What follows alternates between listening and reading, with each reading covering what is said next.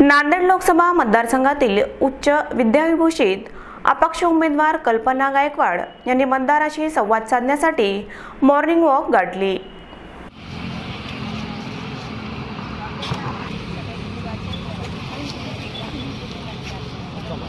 सर्वसामान्य शेतकरी, शेतमजूर, कष्टकरी, गोरगरिबांच्या हितासाठी आपण राजकारणाकडे वळलो आहोत।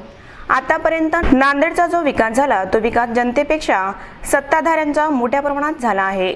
खऱ्या अर्थाने जनतेचा विकास करण्यासाठी आपला संकल्प आहे। नांदेडच्या भविष्यासाठी नांदेडकरांनी मला आशीर्वाद द्यावा आणि निवडून द्यावे असे आवाहन त्यांनी यावेळी केले। मी कल्पना संजय गायकवाड, दिवंगत प्राचार्य जयेश तोटे सरांची मी मुलगी आहे आणि मुखेडमधली आहे।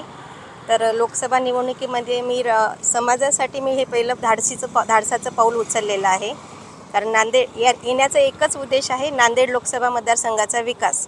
कारण एक शहराची भूमिकन्या म्हणून किंवा एक मुलगी म्हणून हे माझं जसं कर्तव्य आहे की समाजाचा विकास करणं, समाजाचं काही ना काही देणं आपल्याला देणं आहे, हा विचार करून मी या राजकारणामध्ये हे पाऊल उचललेलं आहे।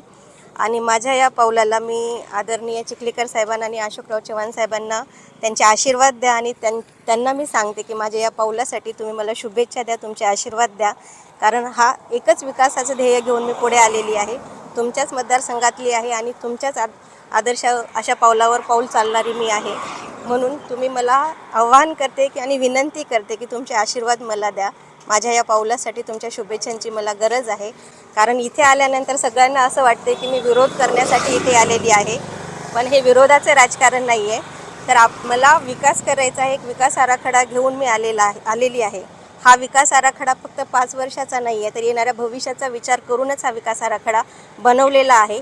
ही काळाची गरज आहे आणि नवीन नेतृत्वांना संधी देण्याची ही गरज आहे। म्हणून सर्व जनतेला आणि सगळ्यांना माझं म्हणणं आहे की तुम्ही यावेळेस सगळं पक्षीय राजकारण बाजूला सोडा, सत्तेचं राजकारण बाजूला सोडा, फक्त नांदेड लोकसभा मतदारसंघाच्या विकासाचंच राजकारण तुम्ही पहा। कारण नांदेड लोकसभा मतदारसंघाचा विकास करणं ही काळाची गरज आहे। तुम्हाला जर तुमच्या भविष्याचं उज्ज्वल स्वप्न साकार करायचं असेल तर तुम्हाला या निवडणुकीमध्ये निर्णायक असं मतदान करावंच लागणार आहे। कारण विकासाचं स्वप्न तुमचं आहे, भविष्य तुमचं आहे, तर निर्णय हा तुमचाच असला पाहिजे। आणि आज अशोक चव्हाण आणि तर सांगते की प्रतिस्पर्धा विकासासाठी साथ द्यावी असं मी त्यांना सांगते।